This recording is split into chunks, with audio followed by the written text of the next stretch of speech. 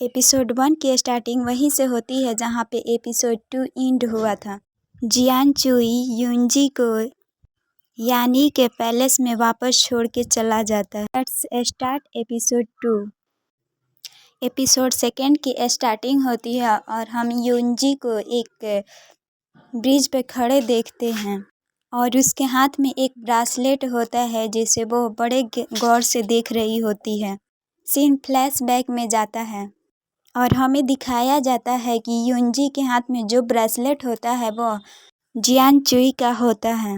जब जियान चुई यूनजी को उठा करके लेके गया होता है, जिसे हम लोग एपिसोड 1 में देखे हैं, उसी टाइम यूनजी इस ब्रेसलेट को लेकर के आई होती है। फिर सीन प्रेजेंट में आता है और यूनजी बोलती है मदर वह वापस आ गया है और वह बिल्कुल सही सलामत है। मैं बहुत खुश हूँ और मुझे पता है आप भी बहुत ज़्यादा खुश होंगे। और फिर बोलती है मैं अब भी उसके साथ नहीं हूँ, लेकिन मैं यह सुनिश्चित करूँगी कि कोई उसको तकलीफ़ ना पहुँचा सके, कोई उसे बुली ना कर सके, कोई उसे हर्ट ना कर सके। मैं उसकी वो सब वापस लेने में मदद करूँगी जो उसका था, ताकि सब उसको रिस्पेक्ट दे। यह सब बोलते हुए यूनजी बहुत ज़्यादा रो रही होती है और अपने हाथ के ब्रासलेट को देख रही होती है और फिर ब्रासलेट को उस पास ही एक तालाब में फेंक देती है और वहाँ से चली जाती है। और हम व्यूअर्स को यहाँ पे पता चलता है कि कोई तो ऐसा रीज़न है जिसकी वजह से यूनजी यानी के साथ रुकी हुई है और जियान चुई के पास वापस नहीं जा रही है। सीन शिफ्ट होता है और हम यानी के मदर को देखते हैं जो कि एक अननोन व्यक्ति से बात कर रही होती है जो एक ब्लैक हुडी और मास्क पहने हुए होता है। और ये दोनों जियान चुई और यूनजी के विषय में बात कर रहे होते हैं और इनके कन्वर्सेशन से हमें पता चलता है कि जियान चुई और उसके फैमिली को मारने के पीछे इन्हीं दोनों का हाथ था। और फिर सीन शिफ्ट होता है और हम देखते हैं कि हमारा हीरो जियान चुई यानी पैलेस से परमानेंट रहने के लिए आ चुका है। नी की मदर अब ग्रैंड लेडी बन चुकी है। सो गाइज अब से मैं उनको ग्रैंड लेडी ही बोलूँगी। जियान चुई को डोर पे ही ग्रैंड लेडी मिलती है। ग्रैंड लेडी टॉन्ट मारते हुए जियान चुई से बोलती है नेफ्यू यहाँ कैसे आना हुआ। जियान चुई मेरे पैलेस में रिपेयरिंग का काम चल रहा है, सो आज से मैं यहीं पे रहने वाला हूँ। और ग्रैंड लेडी से बोलता है आंट अपने बटलर से बोल दीजिए मेरे ऑर्डर को फॉलो किया जाए। और यह बोलते हुए जियान चुई पैलेस की तरफ जाने लगता है। फिर अचानक से रुकता है और पीछे पलट कर देखता है। ग्रैंड लेडी खड़ी हुई बस जियान चुई को देखे जा रही होती है और घूर रही होती है। मदर के पास खड़ी एक लड़की से बोलता है यह मेरा क्राउन खराब हो गया है, इसे फिक्स कर दो। मुझे पता है कि तुम्हें ये सब करने में बहुत मज़ा आता है। और वो लड़की अपना फेस बनाने लगती है जैसे इनकार करना चाहती हो और मदर के तरफ देखती है। मदर कोई रिएक्ट नहीं करती है। यह लड़की यानी के चाइल्डहुड फ्रेंड होती है और मदर की चॉइस होती है यानी के लिए। और हमें वही क्राउन दिखाया जाता है जो जियान चुई ने यूनजी को दिया था और जियान चुई उस लड़की को वह क्राउन देकर वहाँ से चला जाता है। फिर सीन फ्लैशबैक में शिफ्ट होता है और हम देखते हैं जियान चुई ने यूनजी के फिंगर में बहुत सारा होल देख लिया था जो वांड का रूप ले चुके थे। और सीन प्रेजेंट में आता है और हमें पता चलता है कि जियान चुई ने इंटेंशनली इस लड़की को यह क्राउन सही करने के लिए दिया था ताकि यूनजी का रिवेंज ले सके। सीन शिफ्ट होता है और फिर हम देखते हैं यूनजी भागती हुई आ रही होती है और फिर हमें पता चलता है कि ऐसा यह जियान चुई को लग रहा होता है। दूसरी तरफ हम देखते हैं यूनजी जियान चुई की तरफ आ रही होती है और आकर जियान चुई को ग्रीट करती है जनरल बोलते हुए। जियान चुई यूनजी का बाल सही करना चाहता है, फिर रुक जाता है और उसका फेस पकड़ लेता है और टर्न कर देता है और उसे एक पैलेस के तरफ दिखाने लगता है। उससे बोलता है, क्या तुम इस पैलेस में कभी गई हो? तुम इस घर की ग्रैंड डॉटर इन लॉ हो ना, तुम्हारा तो इस पैलेस पे राइट्स है, क्या तुम कभी इसमें गई? और यूनजी मना करती रहती है। जियान चुई फोर्सफुली उसे लेकर जाने लगता है। यूनजी मना करती है, तब जियान चुई उसे ज़बरदस्ती उठाकर लेकर जाता है और नीचे रखते हुए बोलता है, आखिर तुम्हें वह इंसान क्यों इतना पसंद है? आखिर यानी में ऐसा क्या है जो मुझ में नहीं है, जिसके लिए तुमने मुझे छोड़ दिया? यूनजी जानबूझकर कड़वे कड़वे बातें बोलने लगती है। यूनजी बोलती है, तुम्हारा पावर टेम्परेरी है, जो कभी भी तुम्हारे पिता की तरह तुम भी कभी भी मर सकते हो। मैं ऐसे इंसान के साथ रहना चाहती हूँ जो मुझे प्रोटेक्ट करे, जो पावरफुल हो, जिसका पावर टेम्परेरी नहीं हो। जियान चुई इन सब बातों को सुनकर शॉक हो जाता है, किसी स्टैचू के जैसे बस बैठे रहता है और फिर अचानक जोर जोर से हंसने लगता है और अचानक से खड़ा हो जाता है और बोलता है, अच्छा तुम ऐसा सोचती हो? और वॉल पे लगे एक पेंटिंग के तरफ अपना एरो करता है और शूट करने लगता है। अजीब सी पेंटिंग होती है जो इनके किंगडम के लिए बहुत ही ज़्यादा इम्पोर्टेंट होता है, जो गिरने लगता है एक एक करके और पेंटिंग के नीचे कैंडल रखा हुआ होता है जिस पे पेंटिंग गिरता है और पूरे हॉल में आग लग जाता है। यूनजी डर जाती है और रोकने की कोशिश करते हैं। जियान चुई यूनजी के साथ यूनजी खुद को प्रोटेक्ट करने की कोशिश कर रही होती है। आग की लपेटें बहुत ही तेज़ी से चारों तरफ फैल रहे होते हैं। धीरे धीरे पूरे हॉल में आग की लपेटें फैल जाते हैं और हम देखते हैं कि यूनजी और जियान चुई बुरी तरह से आग में फंस चुके होते हैं। जियान चुई रुकने का नाम नहीं ले रहा होता है और फोर्सफुली बस किस किए जा रहा होता है। आग की लपेटें पूरे हॉल को धीरे धीरे करके जला रहे होते हैं। तभी बाहर हम देखते हैं यानी फैमिली के सारे मेंबर्स, यानी और उसकी मदर, सर्वेंट सब हॉल के बाहर इकट्ठे होते हैं और कनकुबाई बताती है यूनजी हॉल में फंसी हुई है।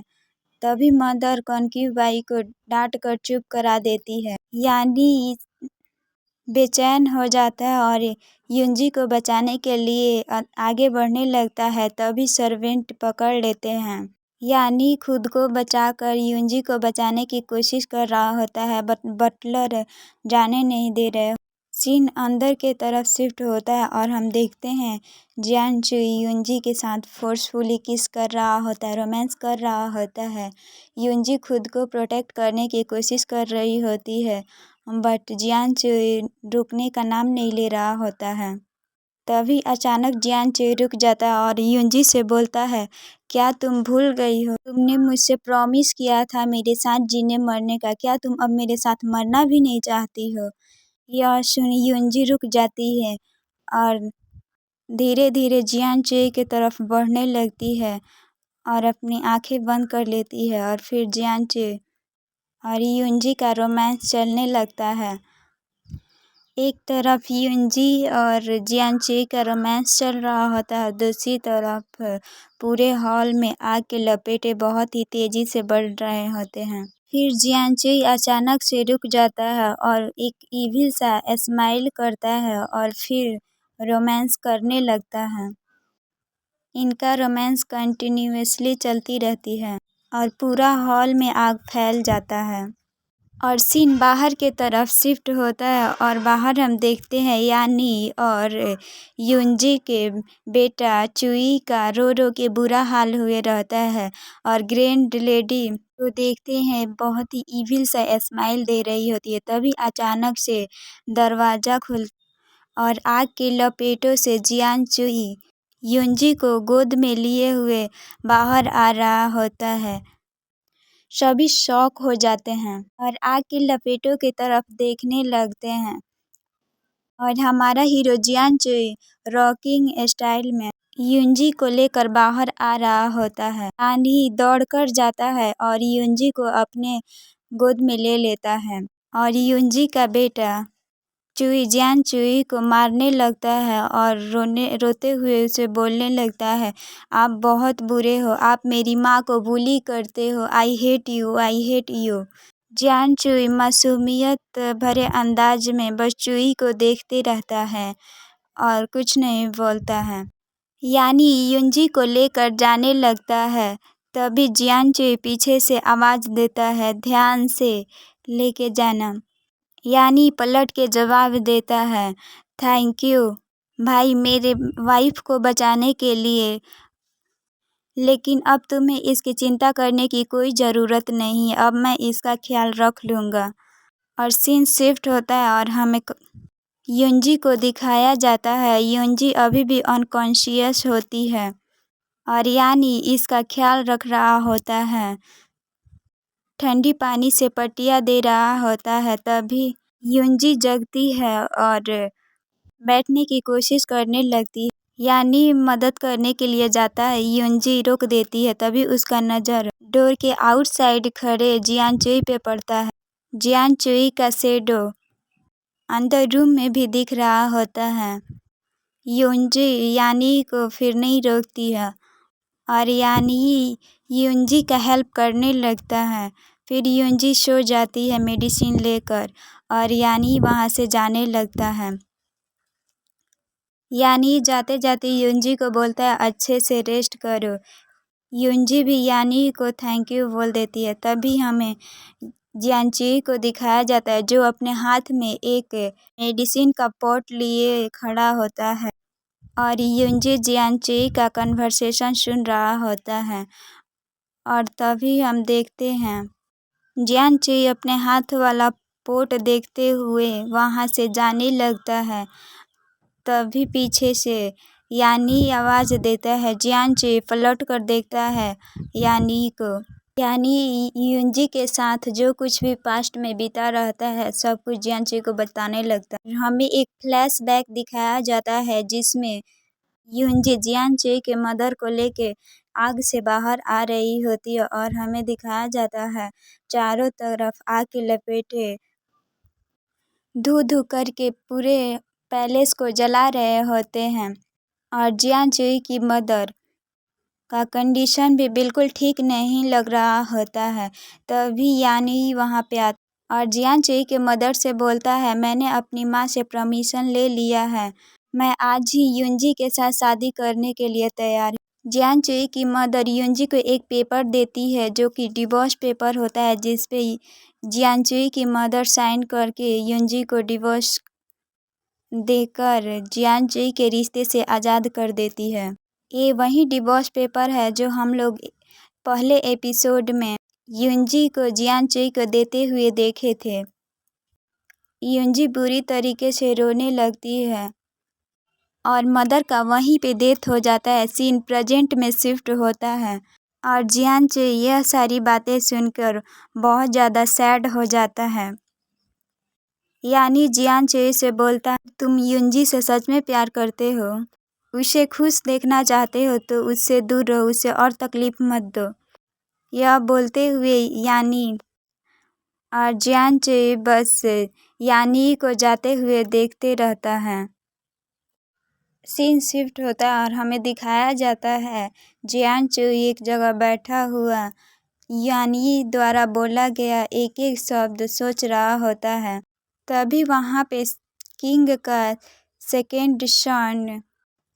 सेकेंड सन यंगेस्ट प्रिंस आता है, जो जियांची का चाइल्डहुड फ्रेंड और जिगरी वाला फ्रेंड होता है, जय बीरू टाइप्स, जिसे हॉल का इंक्वायरी मिला रहता है ताकि हॉल में आग कैसे लगा पता लगाने के लिए। सेकेंड प्रिंस जियांची से बोलता है, तुम्हारी फैमिली को जिसने मारा है, क्या तुम्हें उससे रिवेंज नहीं लेना है? तुम्हें तो पता है ना कि किसने तुम्हारे फैमिली को मारा है, तुम्हारे किंगडम को किसने तबाह किया है। और यहाँ हमें पता चलता है यानी के मदर के साथ जो हुडी वाला अननोन पर्सन था वह किंग का फर्स्ट सन क्राउन प्रिंस था। मिलते हैं नेक्स्ट एपिसोड में। Bye bye guys.